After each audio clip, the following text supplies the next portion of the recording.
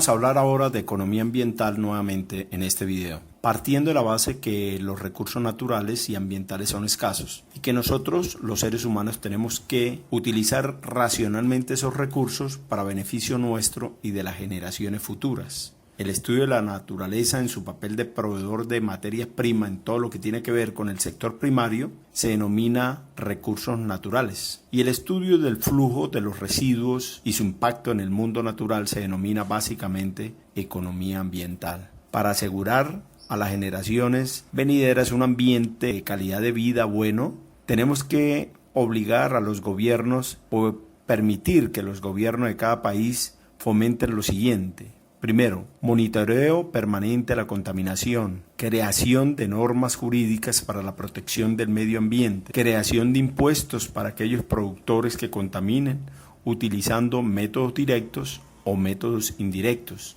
Establecer criterios para evaluar las políticas ambientales, crear incentivos tales como subsidios o préstamos con tasas de interés preferencial a quienes protegen, cuiden y mejoren el medio ambiente.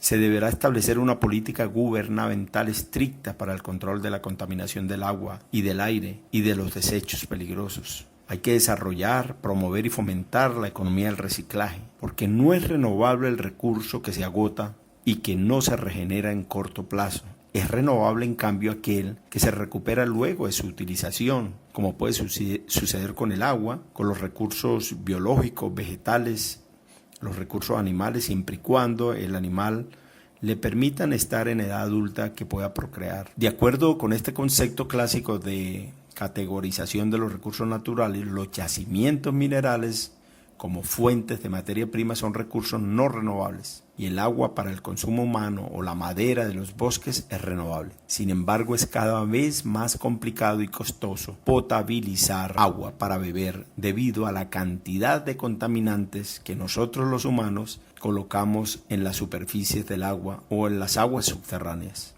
La tala indiscriminada de bosques, por otro lado, se produce a mayor velocidad que la reproducción o la siembra o el crecimiento de los árboles. Para definir y representar en la economía ambiental los daños que nosotros los seres humanos hacemos en el medio ambiente, le damos el nombre de externalidad negativa, y externalidad positiva es todas las bondades que el medio ambiente nos suministra sin pedirle: la armonía y la belleza de los paisajes, la felicidad de ver animales, fauna, flora, el cantar de los pájaros en las mañanas, el deambular de las mariposas en el bosque. Esas son externalidades positivas. Nos lucramos de ellas en el momento en que compramos una propiedad que está cerca a un río, cerca a un lago, cerca a un paisaje hermoso, pero no le pagamos a nadie por eso. Un clásico ejemplo de externalidad negativa es la contaminación, cuando el contaminador toma decisiones basadas únicamente en sus costos y beneficios, sin tener en cuenta los costos externos de los cuales las personas son víctimas. Por eso, más adelante veremos un video en donde trabajamos el costo social de la producción general,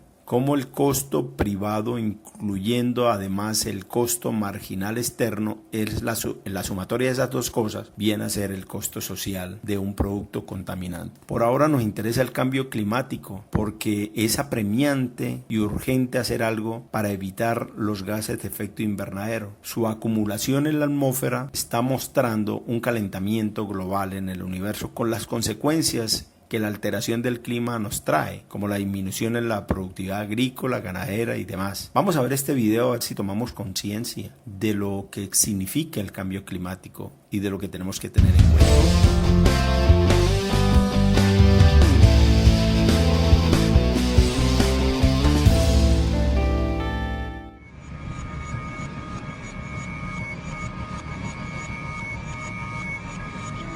Este es nuestro planeta, en él existe una capa protectora que nos rodea, llamada la atmósfera. Esta se encarga de atrapar algunos de los rayos del sol y mantenerlos dentro de nuestro planeta, para así mantener una temperatura aproximada a 20 grados centígrados. De lo contrario, nuestro planeta se enfriaría al tal punto de llegar a menos 25 grados centígrados. Esto se conoce como efecto invernadero, de los cuales actúan el vapor de agua, dióxido de carbono, metano, clorofluorocarburos entre otros, pero si esto otros gases aumentan su concentración o volumen a un nivel crítico, se produce la catástrofe, el planeta se sobrecalentaría por no dejar escapar alguno de los rayos del Sol. En esta foto, podré mostrarles lo que ocurre con el calentamiento global. Los gases de efecto invernadero ya mencionados antes, impiden que los rayos del Sol escapen una vez dentro de la atmósfera, haciendo así el calentamiento por parte de la extrema concentración de estos gases. El calentamiento global nos altera en todos los sentidos de nuestras vidas. Esto puede alterar la temperatura global, cambia la temperatura de los océanos, entre otras cosas más que son fatales. Increíblemente, eso se debe a que nuestros mares y océanos absorban todo el calor por los rayos del Sol, haciendo así que nuestros polos norte y sur se vayan derritiendo poco a poco. Al derretirse los polos, el nivel del mar aumentaría drásticamente, aproximadamente de 6 a 8 metros, ya que puede borrar del mapa las ciudades costeras, parte de los Países Bajos en Europa, entre otros sitios importantes. Aquí en esta foto, puedo demostrarles cómo nos afecta el calentamiento global. En la parte superior de la imagen, la montaña está basada en el año 1985, que tiene un volumen de nieve mayor que la inferior. Esta está en el año 2002. Pueden notar la diferencia de cómo se ha calentado el planeta en estos últimos 70 años. A continuación, les mostraré una serie de imágenes de comparación, para que vean el calentamiento de nuestro planeta en estos últimos 80 años.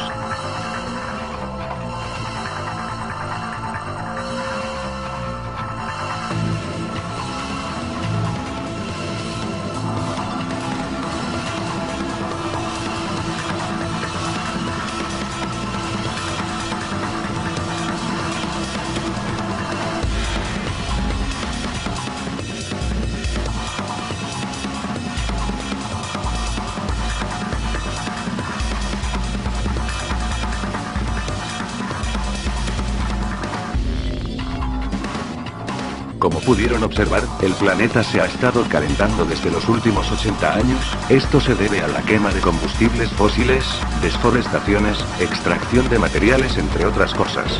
Este calentamiento seguirá y seguirá si no hacemos algo. Hay ciertas cosas que podríamos hacer para detener tanto el avance de calentamiento que a todas las personas de la humanidad nos afecta. Ducharse con agua fría o tibia. Esto es importante, ya que se evita que mucho vapor de agua se difunda hacia nuestra atmósfera.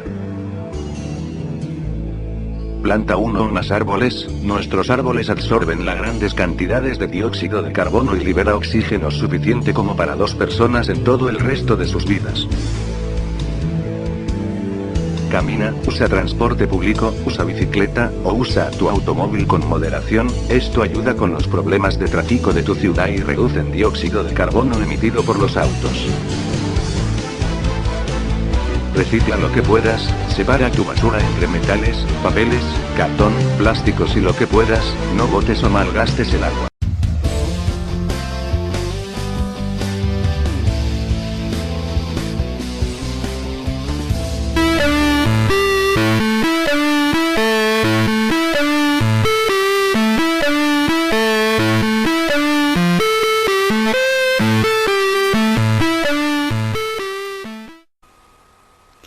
Bienvenidos a la clase de soluciones privadas a las externalidades.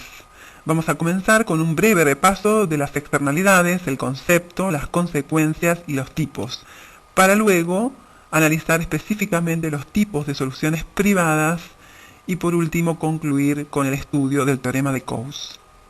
Comencemos repasando la definición de externalidades. Una externalidad se produce cuando la producción o el consumo de un bien afecta a otros participantes que no son compradores ni vendedores. Por lo tanto, se crea este efecto externo que puede ser positivo o negativo. Entonces, una externalidad es cuando un efecto negativo o positivo, ya sea por el lado del consumo o de la producción, recae sobre un tercero que no es parte de ese mercado. Pensemos en una persona que no fuma y se ve afectada por el humo del cigarrillo. Esta persona no es ni la demanda ni la oferta y está siendo molestada por este efecto que entonces es negativo por parte del consumo de una persona, que es demanda. Veamos cuáles son las consecuencias. En principio, el precio no incluye esos efectos secundarios, ya sean positivos o negativos. Es decir, que la molestia que yo le ocasiono a otra persona no está incluida en el precio que yo pago el cigarrillo. O la contaminación que genero en el río no está incluida en el precio del bien que se produce. ¿Cuál es la consecuencia? Que las valoraciones sociales son diferentes a las valoraciones privadas cuando la externalidad es por el lado del consumo, o los costos sociales son diferentes de los costos privados cuando la externalidad es por el lado de la producción. Entonces hay una falta de mercado en el caso de externalidades, porque el mercado por sí solo no está asignando correctamente los recursos, no está asignando los recursos desde el punto de vista socialmente óptimo. ¿Y cuál es la solución? La solución es la intervención estatal, que sería una obligación que el Estado debe intervenir cuando el mercado falla, o también pueden darse acuerdos privados. En ese video estuvimos diciendo que existen externalidades negativas en la producción, como es el caso entonces de las empresas que contaminan.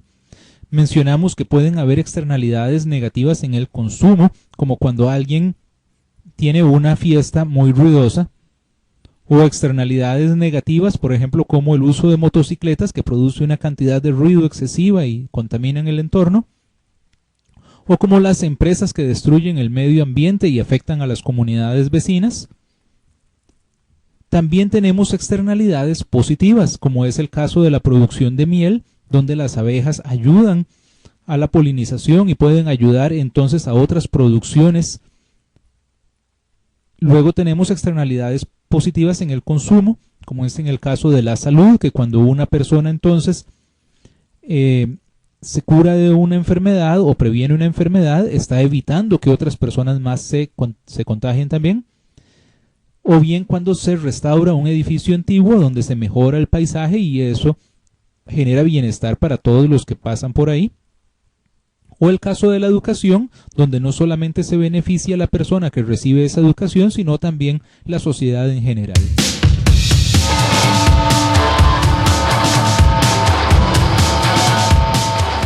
Ahora entonces, las soluciones privadas a las externalidades. ¿Cuáles son los tipos? Existen códigos morales y sanciones sociales que hacen que los efectos negativos sean reducidos, los efectos negativos de las conductas de las personas. Pensemos que si se arroja basura en la vía pública, uno va a ser socialmente mal visto. Esa es una sanción social. Lo que hace una conducta que internalice los costos negativos y los evite, básicamente. Otro tipo de solución privada es la existencia de instituciones y asociaciones sin fines de lucro financiadas por donaciones privadas. Estas asociaciones, como nosotros ya conocemos algunas, se interesan por el cuidado del medio ambiente y su objetivo es que se sigan actividades que hagan que las personas tomen conciencia de su impacto negativo en su acción de consumo, de su producción y por lo tanto lo eviten, o hacer evidente alguna conducta negativa de alguna empresa para que el Estado tome la acción correcta para que internalicen ese efecto negativo. Otro tipo de solución a las externalidades desde el punto de vista privado es integrando diferentes tipos de negocios, fusionando empresas que generan algún tipo de externalidad. Analicemos este ejemplo muy común entre el apicultor y el productor de manzanas. El apicultor tiene sus abejas y tiene una cantidad determinada de colmenas que resulta del análisis privado de su negocio, sin tener en cuenta que cuando tiene más colmenas, el efecto positivo de la polinización al productor de manzanas genera esta externalidad positiva. Por el otro lado, actuando desde su punto de vista privado, el productor de manzanas también tiene una cantidad de manzana que ha determinado según su negocio, teniendo en cuenta sus costos y sus beneficios privados. Si ambos se fusionaran, tendrían más colmenas y más plantas de manzanas. Por lo tanto, la fusión llevaría a una cantidad mayor de colmenas y a una cantidad mayor de plantas porque la fusión ha internalizado el beneficio positivo de ambas producciones. Por lo tanto, con la fusión o la integración de las empresas se alcanza el óptimo social. Otra posibilidad entre el apicultor y el productor de manzanas es que hagan un contrato entre partes. Esto es, que firmen un acuerdo en el que el apicultor se compromete a aumentar su número de colmenas, el productor de manzana a plantar más árboles, y de esa forma se va a alcanzar el óptimo social como si estuviesen integradas.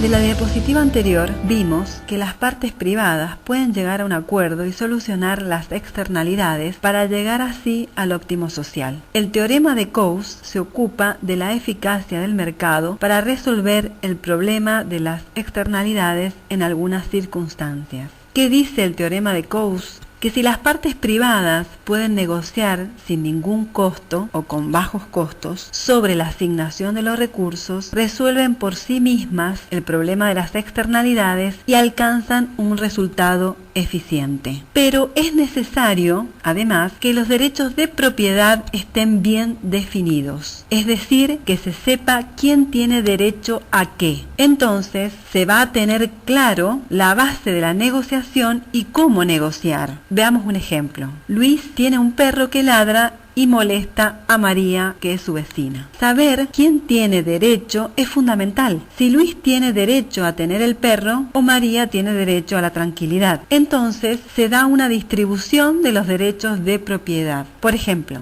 si Luis tiene derecho a tener el perro, para llegar a un acuerdo hay que comparar los beneficios de Luis de tener el perro con los costos de María de soportarlo. ¿Qué pasa si María tiene derecho a la tranquilidad? Entonces puede exigir a Luis deshacerse del perro. Negociarían. Luis puede ofrecerle a María pagarle por soportar los ruidos del perro, siempre y cuando el beneficio de Luis fuera mayor al costo de María. Entonces se alcanzaría con esta negociación un resultado eficiente. Si María tiene un costo mayor al beneficio de Luis, Luis no podrá pagarle a María para compensar la molestia y tiene que deshacerse del perro. Este también es un resultado eficiente. Los costos de transacción a veces lo impiden y por lo tanto no se resuelve la externalidad y no se alcanza el óptimo social. Si los costos de pagar abogado y hacer cumplir el contrato entre Luis y María son muy altos, en definitiva no se va a llegar nunca a un acuerdo por estos costos de transacción y por lo tanto no se va a llegar a un acuerdo, a un resultado eficiente desde el punto de vista social. Lo mismo pasaría en el caso de que el número de las partes intervinientes fuera muy elevado, entonces es difícil llegar a un acuerdo.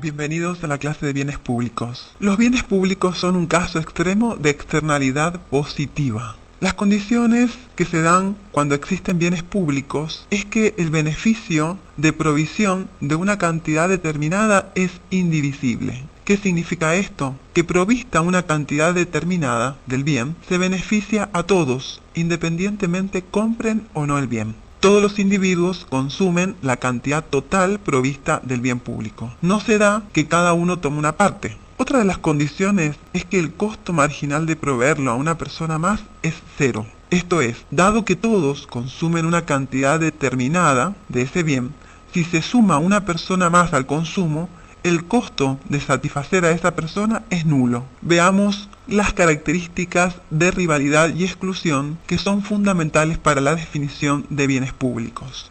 Comencemos con la rivalidad en el consumo. Esto significa que el consumo por parte de una persona implica que nadie más puede consumir dicho bien o servicio. En este caso entonces hay rivalidad.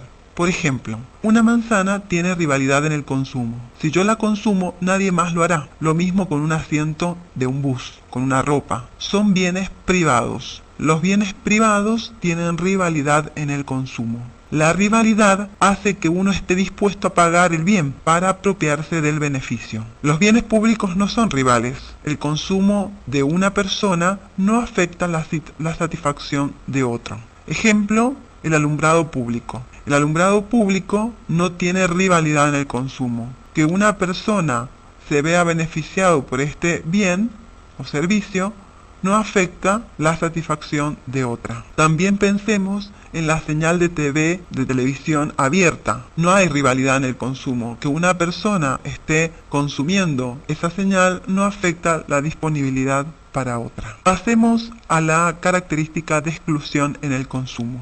Esta característica es la capacidad de excluir del consumo de un bien a los que no pagan por este. Por ejemplo, para viajar en un bus tengo que pagar. Tengo que pagar para apropiarme del beneficio. Si no lo hago, me excluyen del consumo. Este es un bien privado. ¿Qué pasa con el alumbrado público? ¿Pueden excluir a alguien del consumo, aunque no haya pagado las tasas municipales? No, no es posible. O si es posible, a veces es muy costoso y caro y no vale la pena. Cuando no es posible excluir del consumo a quien no paga, la provisión debe ser pública, porque si no, el negocio no es rentable y la oferta privada no aparece. Entonces, los bienes públicos tienen las características de ser no rivales y no excluibles. No es posible impedir que una persona utilice el bien público, como por ejemplo la defensa nacional, y el uso de una persona de este bien no reduce la disponibilidad para otra ni la calidad. Otro ejemplo muy usual en la bibliografía es el faro. Supongamos un faro en la costa de un mar y no es posible excluir si no paga un barco. Lo mismo ve la señal el barco. Entonces la característica de exclusión no se da. ¿Qué pasa con la rivalidad? El consumo no es rival. El beneficio de uno no perjudica el disfrute del otro. Además, un barco adicional no aumenta el costo de provisión del servicio del faro. Pero, digamos, ¿cómo se hace rentable el negocio de tener un faro? A veces ha habido experiencias de provisión privada del servicio del faro. Pero este señor, el dueño del faro, le ha tenido que cobrar al propietario del puerto. ¿Quién cobra a los barcos? Que si no le pagan, no pueden acceder al puerto.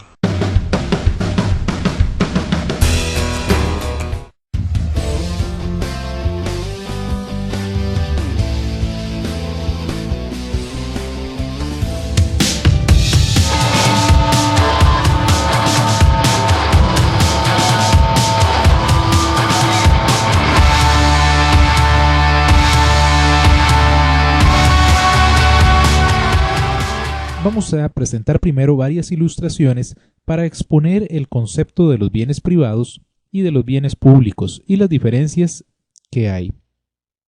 Observemos este automóvil. Solamente una persona puede conducir el automóvil a la vez, es decir, usted y yo no podríamos conducir ese mismo automóvil simultáneamente.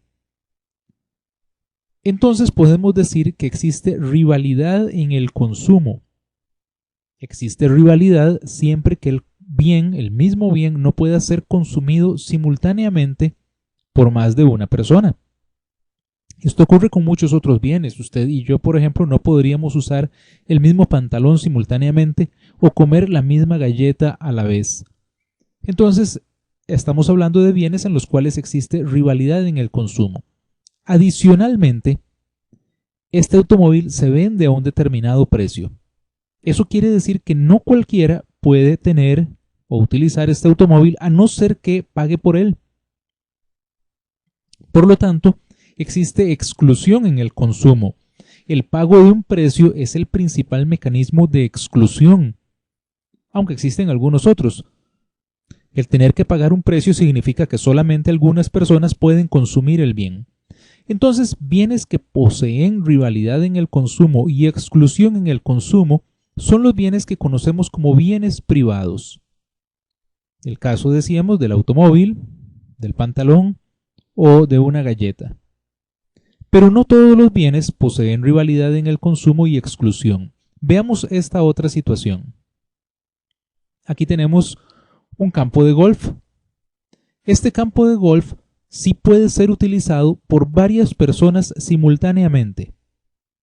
De hecho, en el caso de la mayoría de los deportes, no tendría mucho sentido, por ejemplo, tener una cancha de fútbol solamente para uno. Pues se juega en equipo, se juega con varias personas. Entonces, varias personas querrán, por ejemplo, jugar golf unos contra otros simultáneamente. En este caso, entonces, tenemos nosotros que no hay rivalidad en el consumo. El hecho de que este jugador esté ahí en el campo no afecta que un segundo o un tercer jugador también esté en el campo y puedan disfrutar del juego.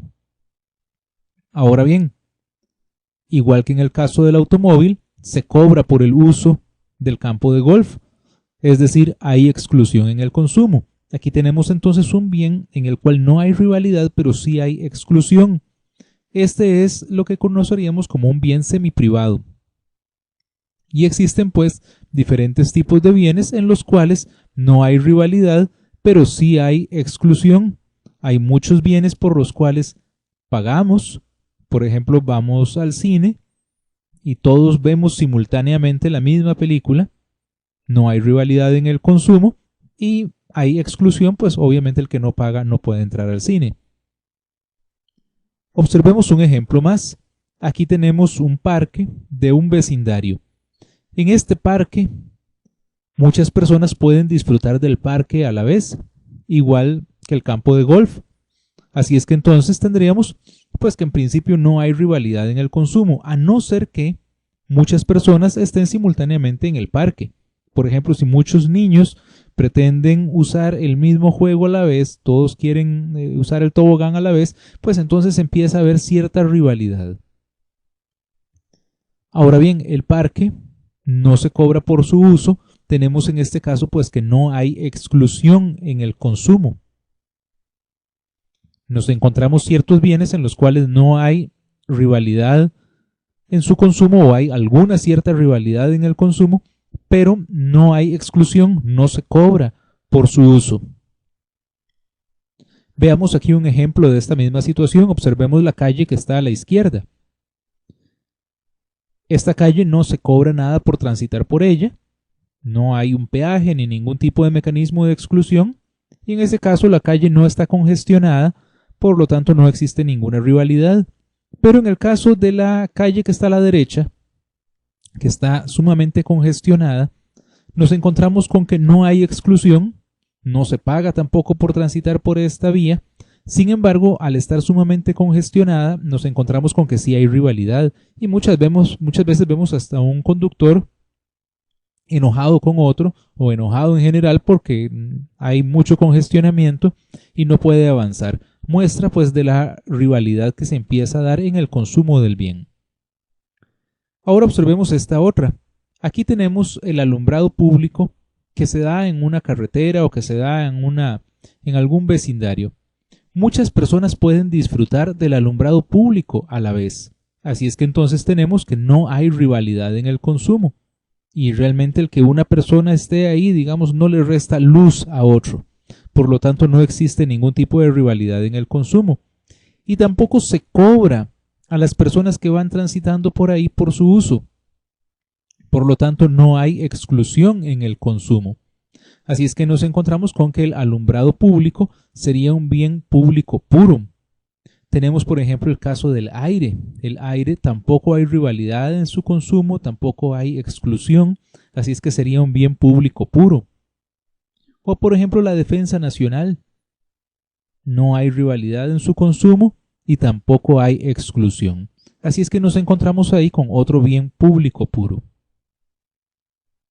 Podemos entonces distinguir los bienes públicos en términos entonces de la rivalidad en su consumo y de su exclusión en el consumo.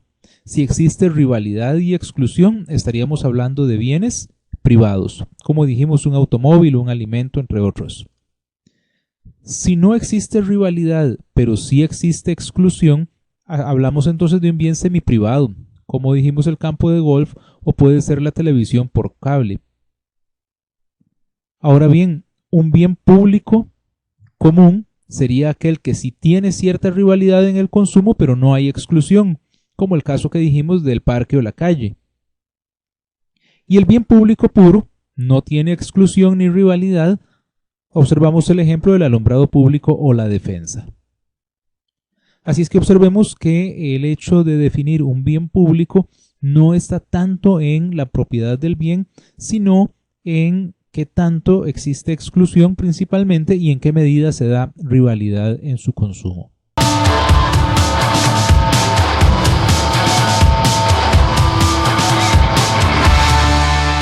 Entonces observemos aquí este vecindario donde existe el alumbrado público. Dijimos que era un bien público y como tal no existe exclusión. Entonces, si partiéramos de una situación inicial en la cual cada uno de los vecinos tiene que pagar por el alumbrado público, si alguno de ellos decide no pagar, igual va a disfrutar del servicio.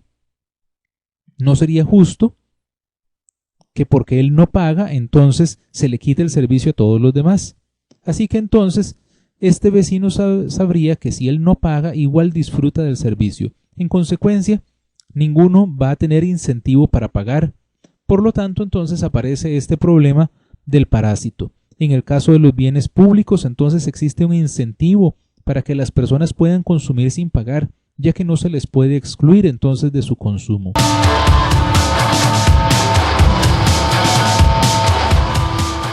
Muy bien, cuando hablamos de la provisión privada, entonces el bien público sería provisto por una empresa privada.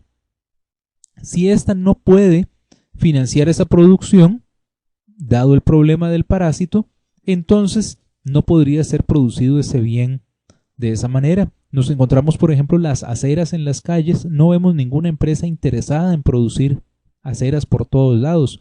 Entonces, en ese caso, no puede darse la provisión privada. La provisión pública, entonces, es necesaria en ciertos casos, cuando las empresas privadas no encuentran rentable producir esos bienes. En esos casos, pues no existe entonces oferta y se da una subproducción de bienes públicos. El gobierno eventualmente también puede contratar empresas privadas que provean los bienes públicos.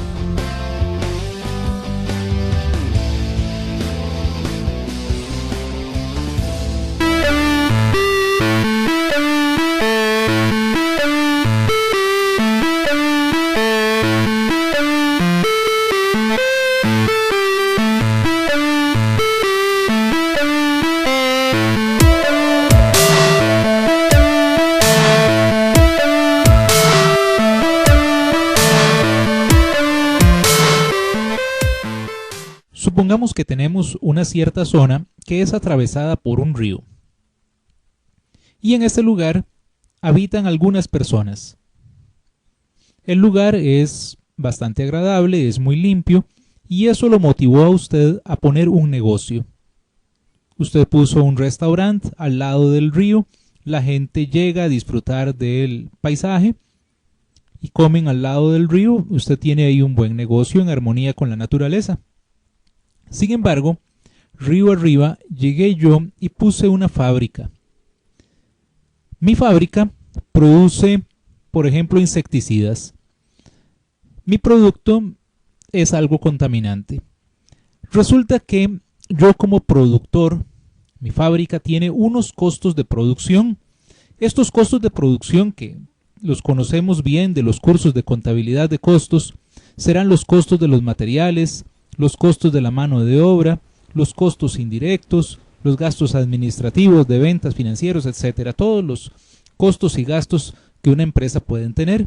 Estos costos los genero yo como productor y nadie más va a sufragarlos si no soy yo mismo. O sea, mi empresa será la que tendrá que pagar su planilla, tendrá que pagar a sus proveedores, tendrá que pagar todos y cada uno de los servicios que contrata, etcétera.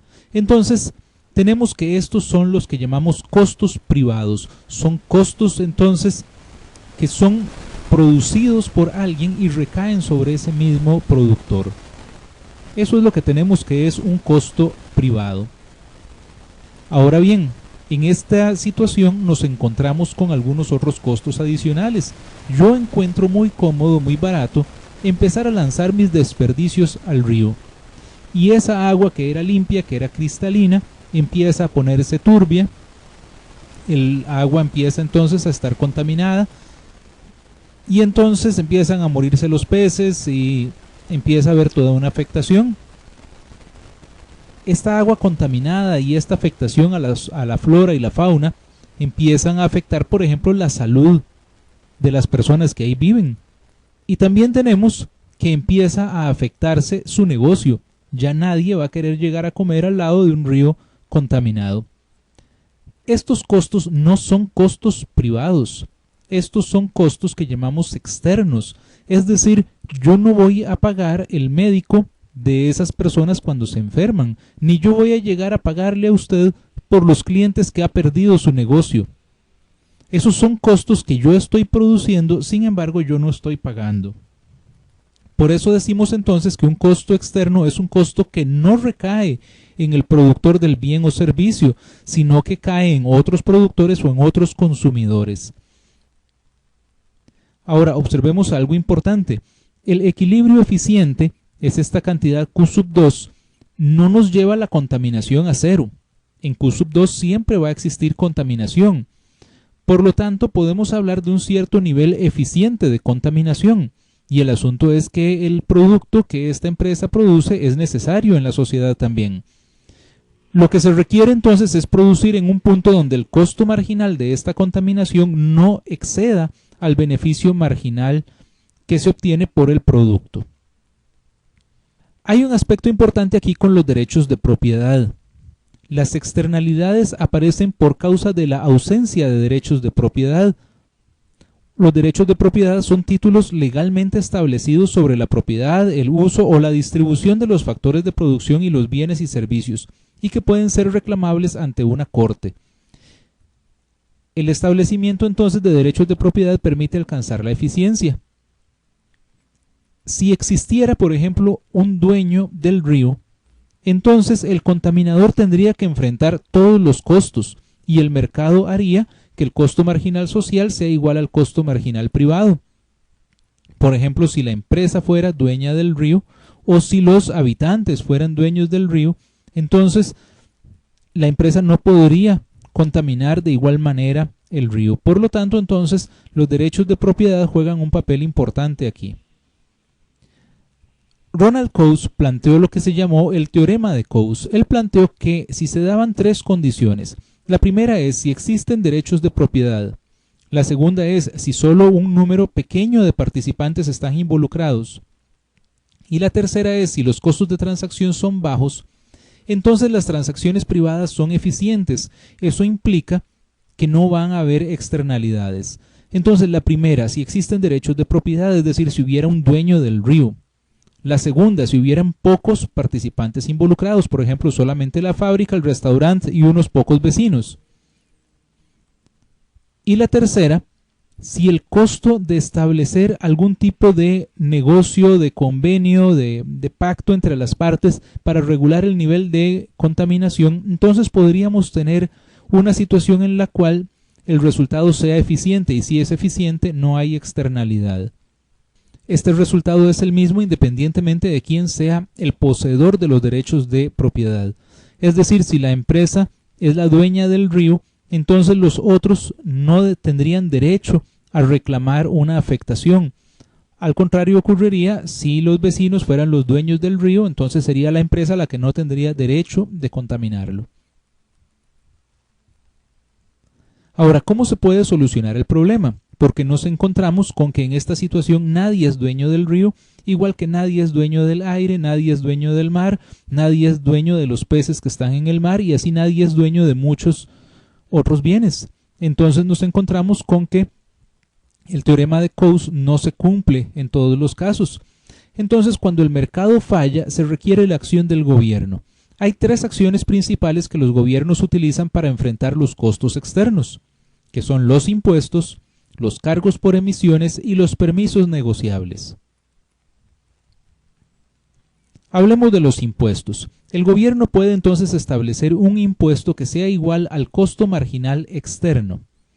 Entonces veámoslo en términos de nuestro gráfico. Tenemos que la diferencia entre la curva del costo marginal privado y el costo marginal social, esa era el costo marginal externo. Entonces el gobierno puede establecer un impuesto equivalente a ese monto. Eso llevaría al mercado a pasar del punto A al punto B, obteniéndose entonces un resultado eficiente. Una gran dificultad, por supuesto, aquí es estimar cuánto es el valor del costo marginal externo y por lo tanto estimar cuánta es la magnitud del impuesto. Los cargos por emisiones consisten en que el gobierno establezca un precio por unidad de contaminación, de manera que si una empresa debe contaminar más, deberá pagar por más cargos por emisiones. Funciona de manera similar entonces a los impuestos. Esto llevaría a las empresas a generar un nivel eficiente de contaminación. Claro que volvemos a caer en la misma situación. El gobierno requiere información para establecer cuánto es el monto de estos cargos por emisiones. Por otro lado, existen los permisos negociables. En este caso, a cada empresa que desee contaminar, se le asigna un monto permitido de contaminación por periodo y las empresas pueden comerciar estos permisos, es decir, se crea un segundo mercado acerca de los permisos negociables.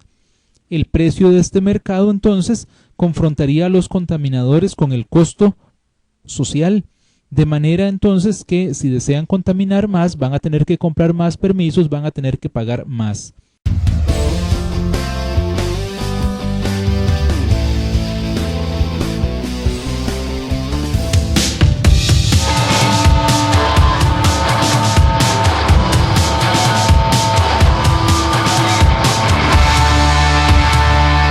Servicios ambientales. Los bienes y servicios que las personas obtenemos a partir de nuestro entorno natural se conocen como servicios ambientales. Los servicios ambientales con los cuales estamos directamente vinculados son la provisión de agua, aire y alimentos, todos ellos de buena calidad, ya que son los principales requerimientos para la vida. Sin embargo, también existen otros servicios que son igualmente importantes, como es la protección contra desastres naturales como los huracanes, el control de plagas o la recreación. Sin duda, existe una estrecha relación entre la calidad de los servicios ambientales y la calidad y mantenimiento de nuestra vida. ¿Por qué son tan valiosos los bosques, los ríos, las montañas, los océanos? ¿Cómo nos benefician los ecosistemas? Cuando se degradan, ¿cómo nos afecta? Conozcamos dos casos concretos: el Parque Nacional Volcán Barú en Panamá y el Área de Conservación La Montañona en El Salvador. Los ecosistemas de bosque que se encuentran en ambas zonas aportan innumerables beneficios. Proveen alimentos, medicinas y madera. Ayudan a mantener el agua de los ríos. 160.000 personas reciben agua potable. Y del agua también se benefician los sectores agrícola, industrial y energético. Los ecosistemas también brindan servicios que no vemos a simple vista.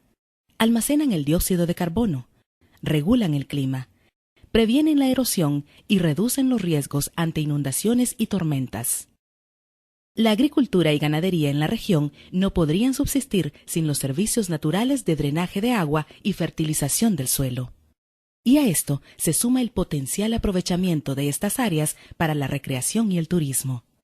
Todos estos servicios los obtenemos gracias al trabajo que realizan especies de plantas y animales que interactúan armónicamente con el medio físico y que son esenciales para los más de 85.000 habitantes que residen en los alrededores de La Montañona y el Volcán Barú. Estos servicios trascienden las fronteras y contribuyen al bienestar del conjunto de seres vivos. Ya solo en términos económicos se ha calculado que los servicios de los ecosistemas del Volcán Barú y La Montañona generan beneficios a la sociedad que pueden alcanzar hasta unos 550 y 90 millones de dólares anuales respectivamente. Pero la sobreexplotación de los recursos de la naturaleza conlleva la pérdida de los servicios que son la base de la vida en el planeta. La pérdida de los ecosistemas, en ocasiones irreversible, tiene efectos significativos en el corto, mediano y largo plazo. Una estimación en términos económicos indica que un eventual deterioro de los ecosistemas en el Parque Nacional Volcán Barú, en Panamá, y en el Área de Conservación La Montañona, en El Salvador, supondría un costo total aproximado de $1.200 millones al año. Por eso, es esencial que conservemos los ecosistemas, manejemos las áreas protegidas de forma sostenible y establezcamos nuevas áreas utilizando mecanismos que permitan su sostenibilidad, para que la nuestra y las futuras generaciones disfruten de los beneficios ofrecidos por la naturaleza. Valorar los servicios de los ecosistemas es una herramienta para conservarlos. No lo vemos. Pasamos de largo y lo pisamos todos los días. Pero en realidad lo necesitamos como el oxígeno. Ya es hora de hablar del suelo. Ya es hora de proteger el suelo. Sin él no hay vida. El suelo nos proporciona alimentos y somos responsables de lo que ocurre con él. El suelo se forma a partir de rocas que se van descomponiendo por la acción del sol, el viento y la lluvia, los animales y las plantas. Se necesitan 2.000 largos años para obtener 10 centímetros de suelo fértil, tan solo 10 centímetros en 2 milenios. Un suelo que agotamos en pocos años y que es irrecuperable. Los bosques y las plantas protegen el suelo, pero cada año se destruyen 13 millones de hectáreas de bosque y se hace una explotación inadecuada de los terrenos. A este factor se añade la expansión de los monocultivos y la agricultura en pendientes. Los campos quedan desnudos y sin protección después de la cosecha, lo que acelera enormemente la erosión. El viento y la lluvia deterioran el suelo. Solamente en 2011 se perdieron 24.000 millones de toneladas de suelo fértil, lo que equivale a 3,4 toneladas por habitante del planeta, y aquí se cuentan tanto bebés como ancianos. La erosión nos cuesta 60 euros al año a cada uno, un total de 420.000 millones de euros en todo el mundo, una cifra inimaginable. Los pobres más pobres muchas veces no tienen alternativa y destruyen el bosque porque necesitan la tierra para sobrevivir. Ahora más que nunca necesitamos suelo sano y fértil. Se estima que en 2050 la superficie agrícola disponible para cada habitante del planeta se reducirá a la mitad. Pero en este momento, 1.000 millones de personas se van ya con hambre a la cama todas las noches. 1.000 millones de personas son demasiadas y cada día serán más, a menos que hagamos una distribución justa del suelo, o que aumentemos drásticamente el rendimiento de cada superficie agrícola, o que descubramos otro planeta. Estamos sacando dinero de una cuenta en la que nunca ingresamos nada. Un día esa cuenta estará vacía, nos quedaremos en números rojos y sin suelo. Tengamos siempre presente que el suelo es un ser sensible que necesita que lo cuiden. No es una fábrica. El suelo es un derecho de toda persona y necesitamos nuevas leyes que garanticen ese derecho. Y sobre todo, no podemos permitirnos enterrar bajo el asfalto nuestra fuente de subsistencia. Está en nuestras manos hallar soluciones. Abramos los ojos y busquemos la manera de poner en práctica nuestros conocimientos para evitar así que un día no tengamos ni dónde estar parados.